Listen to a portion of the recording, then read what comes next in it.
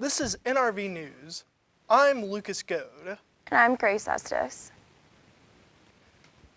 State police are investigating a two-car crash on I-81 that killed one Radford University student and injured another.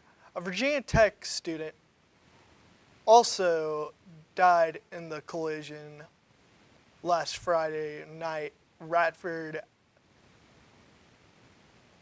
nursing student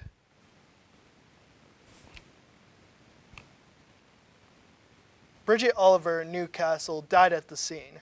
Her passenger, Rachel Jones, is listed in good condition in a local hospital. Police say Oliver was driving north of the interstate when her car was hit on by a car that had crossed the median. The driver, Virginia Tech student Paige Neubauer, was killed.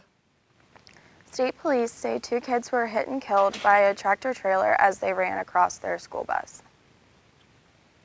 5-year-old Tori Perez said 6-year-old Jaden Barty both died at the scene in Buckingham County.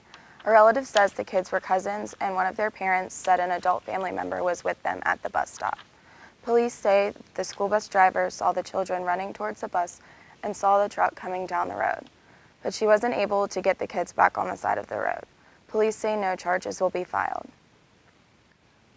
A passenger bus jumped the curb and plowed into a building in Arlington. A bystander says he heard tires screeching, saw the bus jump the curb, plow into a tree, and continue on into the building. The bus driver, a pedestrian, and a person in a massage parlor were taken to the hospital with minor injuries. The cause of the accident is under investigation. The Weather Service says a tornado touched down on the Virginia coast Friday night. Forecasters say the twister hit Chesapeake and Virginia Beach, destroying a church and damaging other buildings. Marlena Beluris went to see the damage.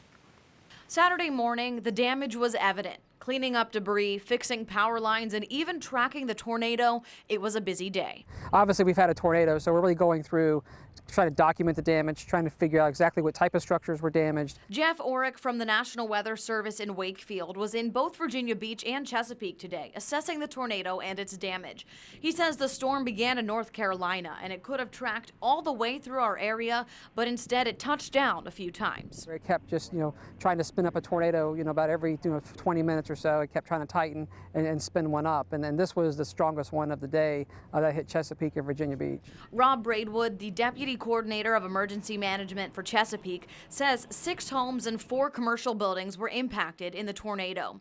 The city was working with a drone company to record the damage. We're trying to capture that visual for our citizens, for the media, and then also for our elected officials so that they can see a comprehensive vision of the damage.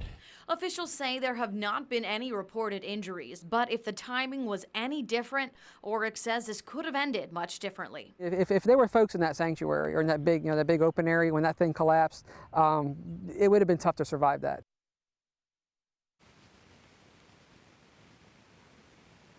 Forecasters say the tornado had winds of up to 165 miles an hour.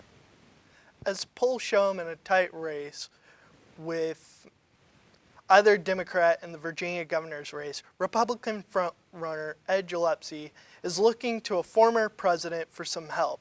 Gillespie had a meeting last week with George W. Bush to talk about the race and see if the retired president would support or campaign for him. Gillespie is one of the 3 Republicans seeking the GOP nomination for governor in a June primary. 2 students at Yale University are passionate about ending hangovers. Together, the pair has developed what they believe is the perfect remedy to avoid the terrible feelings after an alcohol-fueled night. Jocelyn Manita has more. From the hallowed halls of Yale University, a potential solution for one of society's social ills, the hangover. Seniors Margaret Morse and Leah McClintock came up with a concoction in their apartments.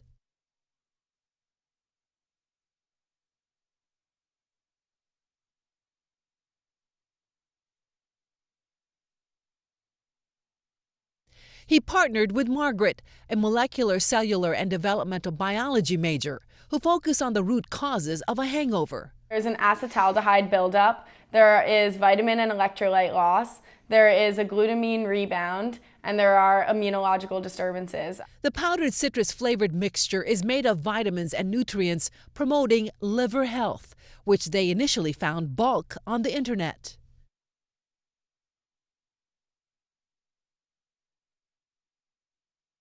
So you feel less fatigued than normally. You are not nauseous, no headache. Buoyed by a small unscientific study of students, positive feedback from experts in the Yale community, and a growing demand, their product is now in the hands of a pharmaceutical company. Both stress it's about responsible drinking.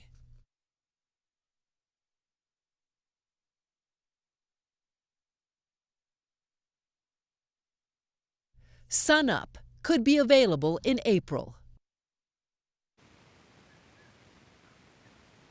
Sun Up Hangover Defense sells at $5 for a single packet. Huh, I could use some of that. Yeah, I think some students here could use it after a long night out. You're watching NRV News, a production of Media Studies at Radford University.